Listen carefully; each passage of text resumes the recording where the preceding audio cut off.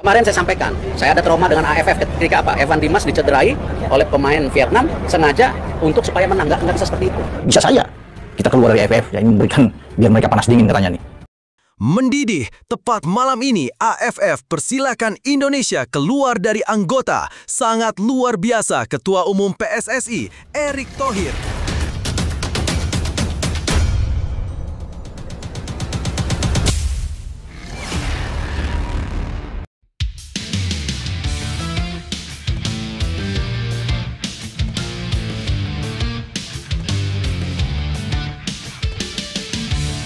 Mendidih, tepat malam ini AFF persilakan Indonesia keluar dari anggota. Sangat luar biasa Ketua Umum PSSI, Erick Thohir, langsung putuskan ini.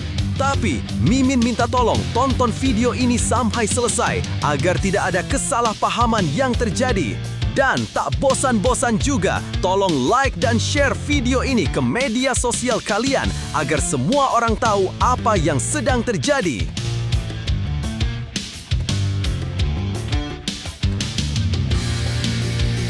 Seperti kita semua ketahui, jagat sepak bola Indonesia kembali diguncang kontroversi setelah timnas U23 Indonesia gagal meraih gelar juara di Piala AFF U23 2025 beberapa hari lalu.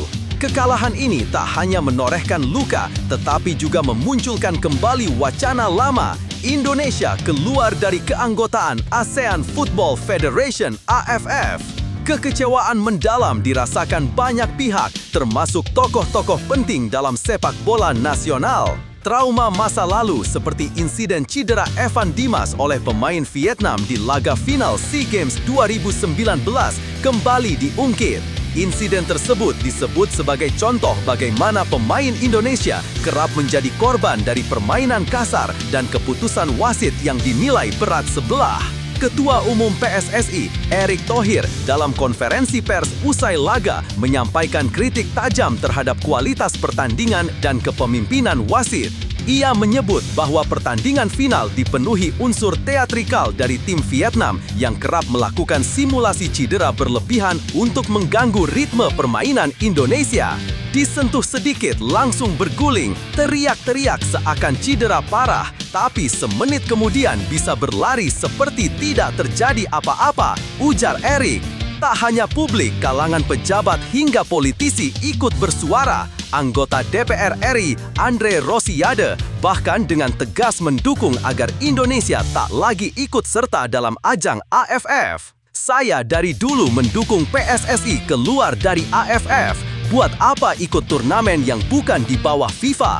Lebih baik kita fokus pada ajang resmi di bawah naungan FIFA dan AFC, kata Andre. Erick Thohir pun membuka peluang untuk mengevaluasi keanggotaan Indonesia di AFF. Menurutnya, banyak agenda AFF yang tidak masuk dalam kalender resmi FIFA dan kualitas wasit serta penyelenggaraan kerap dipertanyakan. Dalam rapat internal PSSI pasca pertandingan, pembahasan ini menjadi topik utama. Kontroversi di laga final Piala AFF U23 kemarin jadi puncaknya. Pertandingan final Piala AFF U23 minggu lalu memang berlangsung panas. Salah satu insiden yang mencuri perhatian adalah aksi staf pelatih Vietnam yang meletakkan botol minuman di sisi lapangan untuk mengganggu lemparan ke dalam oleh Robbie Darwish. Ketika staf teknis Indonesia mencoba membersihkan area tersebut, justru ia yang diusir oleh wasit. Pelatih kepala timnas U23 Indonesia, Gerald van den Berg, turut angkat bicara mengenai insiden tersebut, terutama soal kartu merah yang diterima asisten pelatih Damian van Rensburg karena mencoba membersihkan botol yang menghalangi jalannya pertandingan. Itu keputusan yang tidak adil. Seharusnya wasit memberi hukuman kepada pihak yang memprovokasi, bukan kepada kami yang hanya ingin melanjutkan permainan secara normal, ungkap Gerald. Kekecewaan fans pun memuncak di media sosial. Banyak netizen mendorong PSSI untuk meninggalkan AFF dan beralih ke East Asian Football Federation (AFF). Federasi Sepak Bola Asia Timur yang menaungi negara-negara seperti Jepang, Korea Selatan, Cina, dan Korea Utara. Langkah ini dianggap bisa mendongkrak kualitas sepak bola Indonesia karena berkesempatan melawan tim-tim top Asia. Negara-negara lain seperti Australia dan Israel juga telah berpindah konfederasi di masa lalu. Namun, sejumlah pengamat menilai bahwa bergabung dengan AFF bukan perkara mudah. Selain faktor politik dan geografis, Indonesia mungkin hanya bisa mendapat kesempatan tampil di turnamen AFF melalui undangan, bukan sebagai anggota tetap. Meskipun keluar dari AFF terlihat menarik secara emosional, ada pertimbangan rasional yang tak bisa diabaikan. AFF rutin menyelenggarakan turnamen kelompok umur seperti U16, U19, hingga U23 yang penting bagi pembinaan dan jam terbang pemain muda Indonesia. Jika Indonesia keluar dari AFF, maka kesempatan para pemain muda untuk tampil di ajang kompetitif internasional bisa berkurang. Turnamen-turnamen AFF juga seringkali menjadi ajang persiapan menuju kualifikasi Piala Asia yang berada di bawah AFC. Dengan kata lain, manfaat kuantitatif dan kualitatif dari AFF sebenarnya cukup besar, terutama dalam konteks pengembangan talenta muda. Nah, sebelum lanjut mendengar berita ini, untuk para netizen, keluarkan satu kalimat pamungkas untuk menanggapi kabar ini. Menurut kalian, apakah kalian setuju Indonesia keluar dari anggota AFF? Atau justru kalian tetap lebih suka Indonesia bertahan di AFF? Ayo teman, berikan tanggapan kalian di kolom komentar. Bravo Timnas, bravo Patrick Kluivert, bravo PSSI. Ayo Garuda, buktikan bahwa level kita sudah dunia. Buktikan bahwa kita adalah raksasa Asia. Tiket Piala Dunia harga mati. Di sisi lain, jangan lupa juga satu kalimat khusus untuk Patrick Kluivert CS yang sedang berusaha keras memajukan sepak bola Indonesia. Silahkan tulis di kolom komentar. Ayo terbang tinggi Garuda!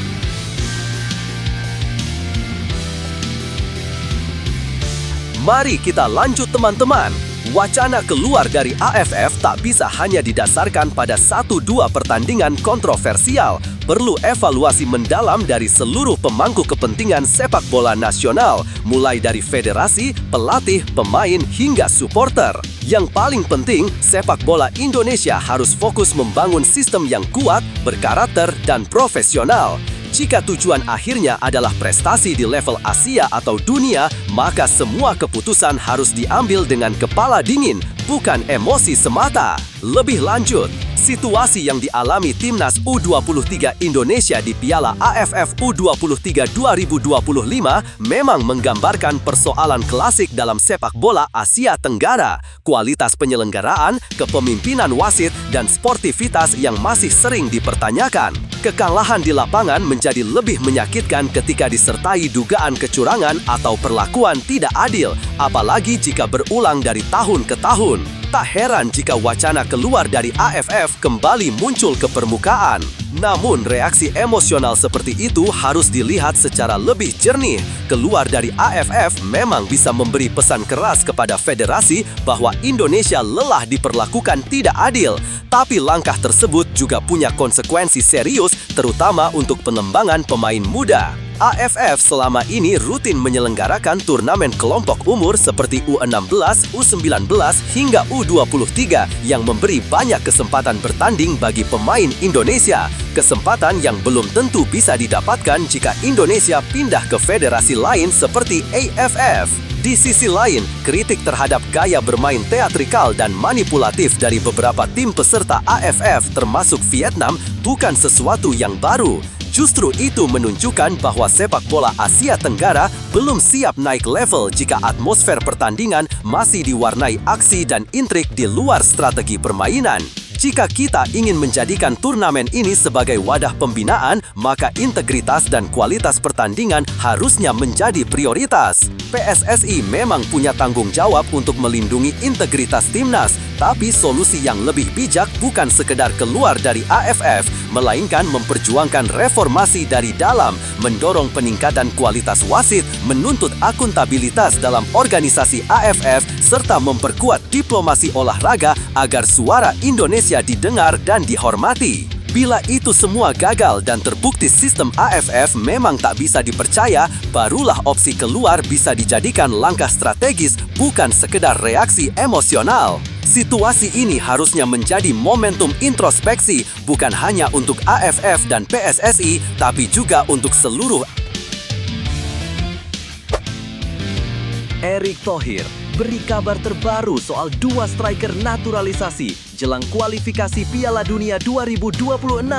Ketua Umum PSSI, Erick Thohir, memberikan perkembangan terbaru terkait dua pemain keturunan yang diproyeksikan menjadi amunisi tambahan untuk lini depan timnas Indonesia dalam menghadapi babak keempat kualifikasi Piala Dunia 2026. Dalam babak ini, Indonesia tergabung di grup B bersama Arab Saudi dan Irak. Tim Garuda dijadwalkan menghadapi Arab Saudi pada 8 Oktober dan Irak 3 hari setelahnya. Erick menyebut bahwa PSSI tengah menjalin komunikasi dengan dua penyerang keturunan yang telah menyatakan kesediaan membela Merah Putih.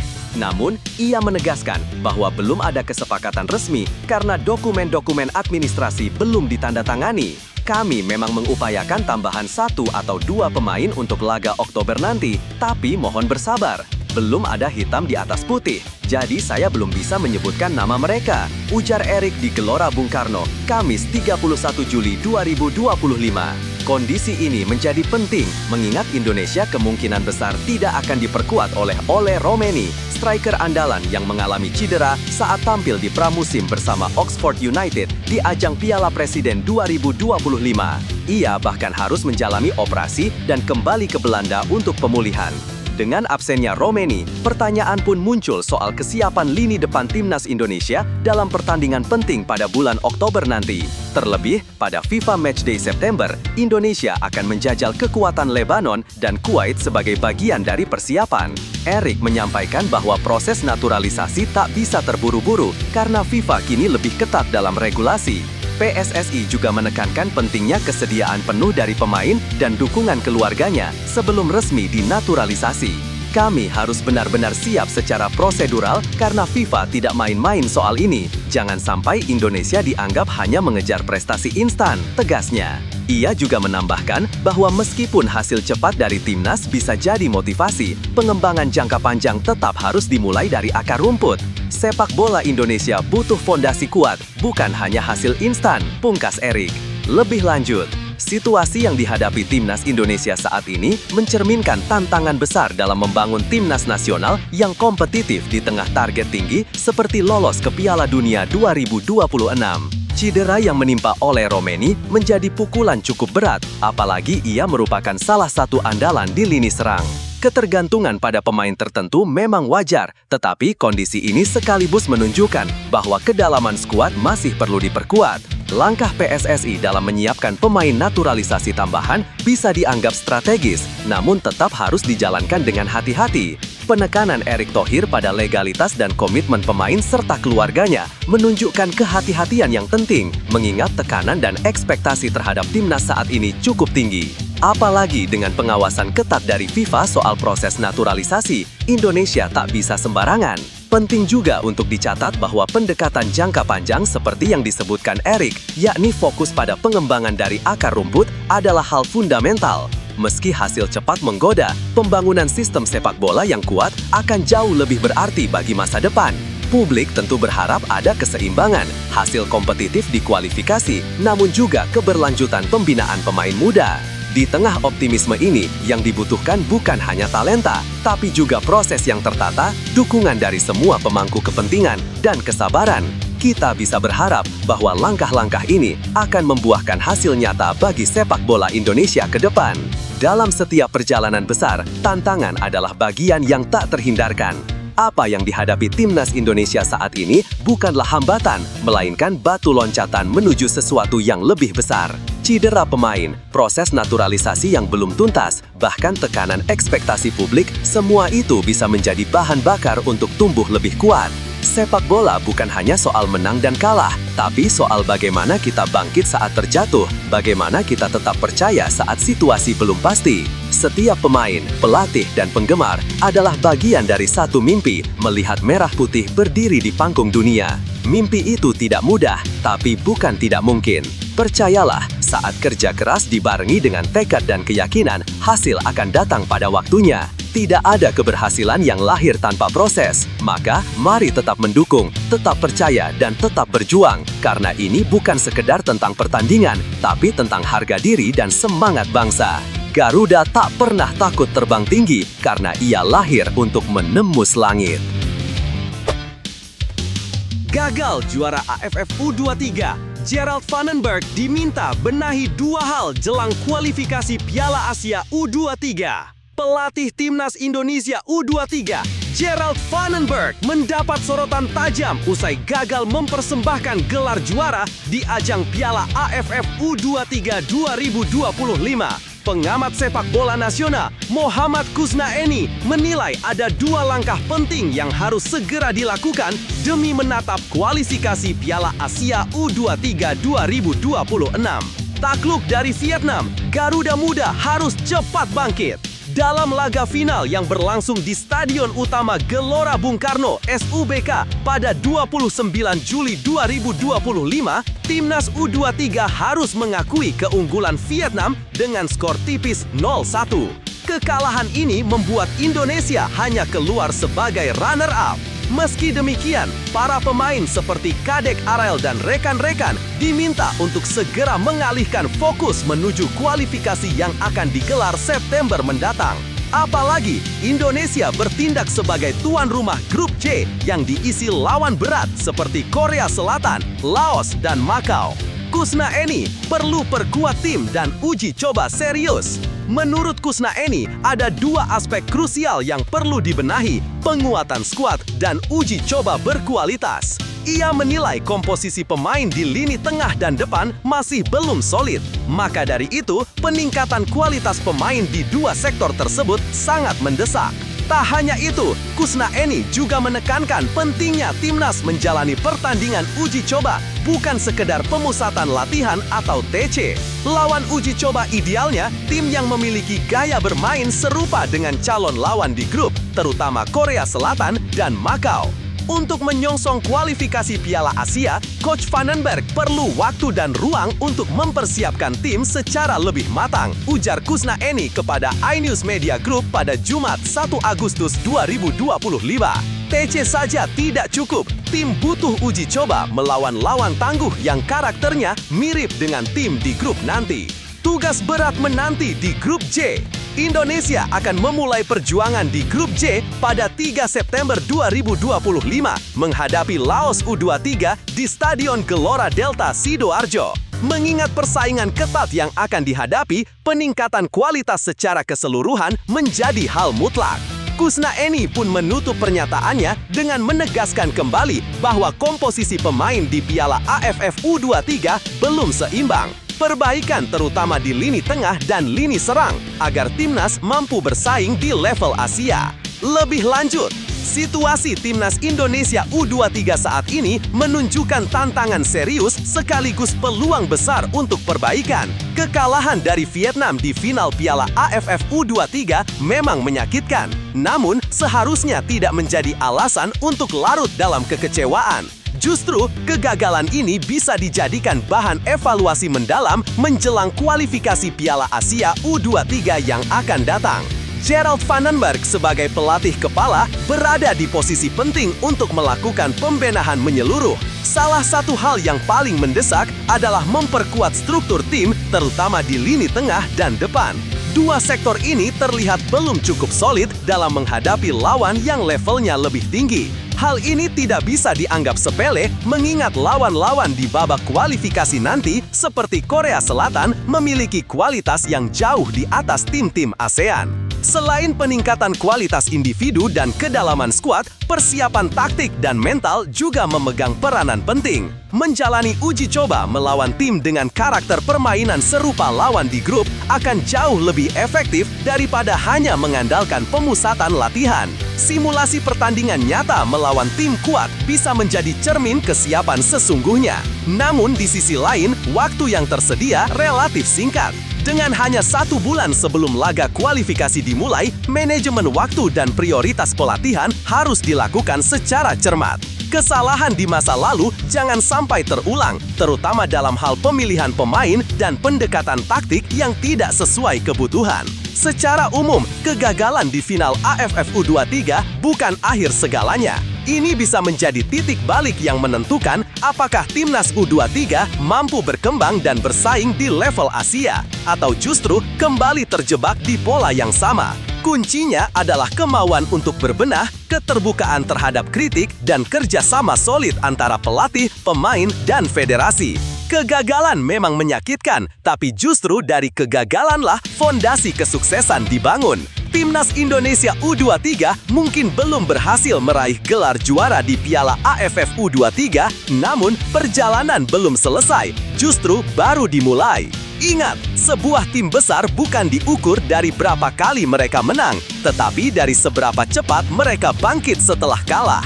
Kekalahan dari Vietnam bukan akhir dari segalanya, melainkan pelajaran berharga untuk tampil lebih kuat, lebih kompak, dan lebih siap di panggung yang lebih besar, kualifikasi Piala Asia U23. Bagi para pemain muda Garuda, inilah waktunya menunjukkan karakter sejati. Bukan hanya soal teknik atau strategi, tapi juga tentang semangat juang, rasa percaya diri, dan kebanggaan membela merah putih.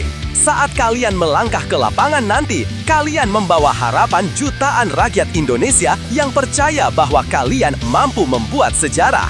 Jangan takut gagal, takutlah jika kalian berhenti mencoba. Bangkitlah, perbaiki diri, dan buktikan bahwa Indonesia tidak hanya bisa bersaing di level Asia. Garuda Muda terus terbang tinggi, negeri ini ada di belakang kalian. Mah Ido.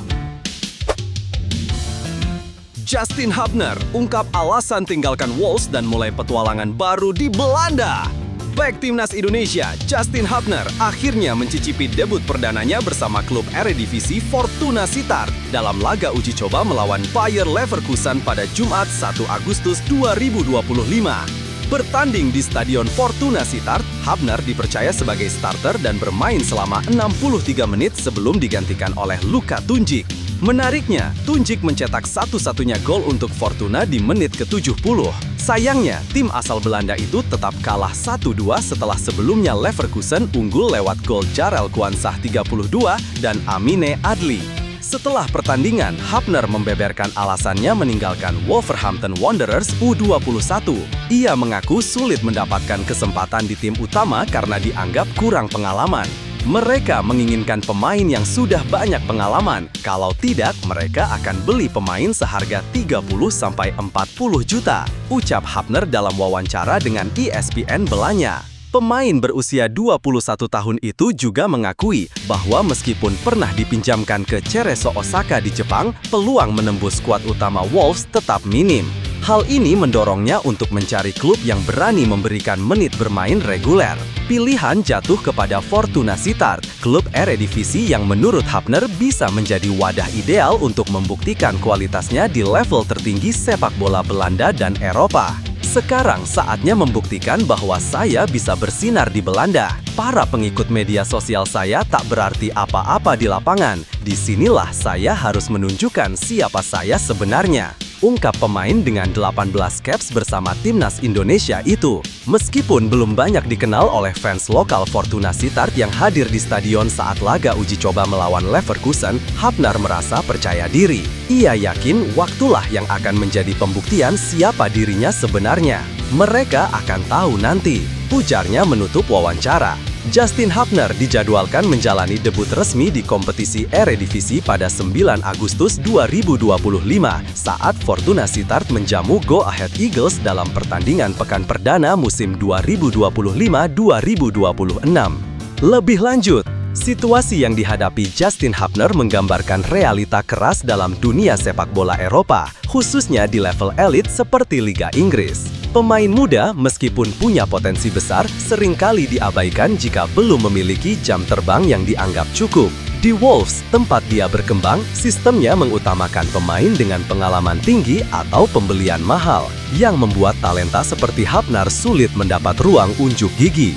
Keputusan pindah ke Fortuna Sittard patut diapresiasi, bukan hanya karena dia mencari menit bermain, tetapi juga karena dia memilih jalur yang lebih rasional, membangun karir dari liga yang lebih terbuka bagi pemain muda, seperti Eredivisie. Ini bukan langkah mundur, justru bisa jadi pijakan strategis untuk meniti karir lebih tinggi di Eropa. Sikapnya yang tidak larut dalam popularitas media sosial juga menunjukkan kedewasaan. Banyak pemain muda sekarang tenggelam dalam pencitraan, tapi Hübner fokus pada performa di lapangan. Pernyataan "followers tidak berguna di lapangan" menunjukkan komitmennya terhadap perkembangan karir, bukan sekedar citra. Secara umum, ini adalah contoh bagus dari pemain yang sadar akan kondisi dirinya, tahu kapan harus berpindah arah, dan berani ambil risiko demi kemajuan. Jika konsisten dan terus berkembang, bukan tidak mungkin Justin Hübner akan menjadi pemain kunci baik di klub maupun di timnas Indonesia. Perjalanan Justin Hübner adalah contoh bahwa kadang untuk tumbuh lebih besar, kita harus berani keluar dari zona nyaman, meski itu berarti meninggalkan tempat yang sudah lama kita perjuangkan. Tidak semua jalan menuju sukses itu lurus dan mulus. Kadang kita harus mengambil jalur yang tidak banyak dilirik orang, seperti Hübner memilih Fortuna Sittard demi peluang bermain yang lebih nyata. Tapi justru disitulah kekuatan dibentuk, dalam keputusan yang sulit, dalam proses yang mungkin sepi sorokan. Ingat, penilaian orang tidak menentukan masa depanmu. Yang penting adalah tekad untuk terus membuktikan diri. Popularitas bisa hilang, pujian bisa berganti kritik, tapi kerja keras dan konsistensi akan selalu membuahkan hasil cepat atau lambat. Jangan takut memulai dari bawah. Jangan minder saat harus berjuang sendirian. Kadang, langkah kecil di tempat yang tepat lebih berharga daripada berdiri diam di panggung yang besar. Terus melangkah, walau perlahan, karena waktu selalu berpihak pada mereka yang tidak menyerah. Mauro Zylstra, solusi baru di lini depan atau beban tambahan? Mauro Zylstra disebut-sebut akan segera memperkuat timnas Indonesia sebagai penyerang anyar dengan proses naturalisasinya kini tengah menunggu giliran di DPRI. Jika semua berjalan lancar, penyerang muda asal Belanda ini bisa jadi amunisi baru di lini depan skuad Garuda untuk FIFA Matchday dan kualifikasi Piala Dunia 2026 zona Asia. Berkas naturalisasi Zylstra telah diterima Kementerian Pemuda dan Olahraga dan tinggal menunggu persetujuan dari Komisi X dan Komisi 3 DPR.